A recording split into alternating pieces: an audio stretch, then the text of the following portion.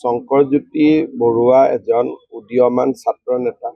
জীৱনত ঘাত প্ৰতিঘাত এটা থাকে, এটা বেয়া সময় আছিলে বা মানুহৰ এটা পৰ্যায় থাকে, কিন্তু ছাত্ৰ সন্থাৰ সাধাৰণ সম্পাদক হিচাপে বা মই দুলীয়াজানতো দেখিছোঁ যে যথেষ্ট সামাজিক কাম কাজ তেওঁ কৰে বা কৰিব যত্ন কৰে। বিজেপিত যোগদান কৰিছে আৰু মই ভাবোঁ যে বিজেপিত থাকি অসমৰ স্বাৰ্থ সুৰক্ষিত কৰাৰ আটাইতকৈ সোণালী সুযোগ। কাৰণ বিজেপিয়ে যি ধৰণে আজি আপোনালোকে চাব, গণৰাজ্য দিৱসত মই যি ধৰণে বাংলাদেশী মুছলমানৰ কথা কৈছোঁ, মিয়াৰ কথা কৈছোঁ, আগত কোনোবা মুখ্যমন্ত্ৰী এনেকুৱা কথা ক'ব পাৰিছিলে নেকি? আজি মই ডিব্ৰুগড়ত কৈছোঁ, অসমত ৬৩ লাখ বিঘা মাটি আজি অবৈধ বাংলাদেশীৰ দখলত আছে। এই ডাটাটোৱেতো দিব মানুহে ভয় কৰিছিল যে ভোট বেংক নষ্ট হৈ যায়। কিন্তু আজি আমি ভোট বেংককো ভয় কৰা নাই আৰু ১.৫ লাখ বিঘা মাটি আমি ইতিমধ্যে উদ্ধাৰ কৰিছোঁ।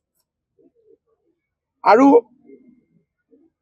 আঞ্চলিকতাবাদ মানে কি? এইটো নহয় জানো যে অসমখনক বিদেশী মুক্ত কৰিব লাগে, অসমৰ সম্পদসমূহ অসমৰ কাৰণে ব্যৱহাৰ হ'ব লাগে, বেলেগটো আঞ্চলিকতাবাদ বুলি একো নাই, অসমীয়া ভাষা ধ্ৰুপদী ভাষা হ'ব লাগে, লাচিত বৰফুকনৰ সুখ্যাতি জগতত বিয়পি যাব লাগে, তাৰ বাদে আঞ্চলিকতাবাদ কি আছে? এতিয়া লুৰিণজ্যোতি গগৈৰ দৰে যি আঞ্চলিকতাবাদ আছে, তেওঁলোক হ'ল মিয়াৰ লগত কম্প্ৰমাইজ কৰা আঞ্চলিকতাবাদ। বৰপেটাত মিয়াৰ এভিকশ্যন হ'লে ইয়াত তেওঁলোকে কান্দে।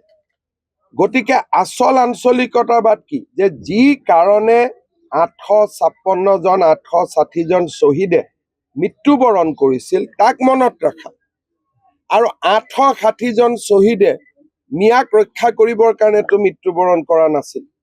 গতিকে আচল আঞ্চলিকতাবাদ বিজেপিৰ মঞ্চতে হ'ব পাৰে, আন পাৰ্টিৰ মঞ্চত এতিয়া আঞ্চলিকতাবাদ নাই। মিয়াৰ আগে পিছে ঘূৰাই তেওঁলোকৰ ৰাজনীতি।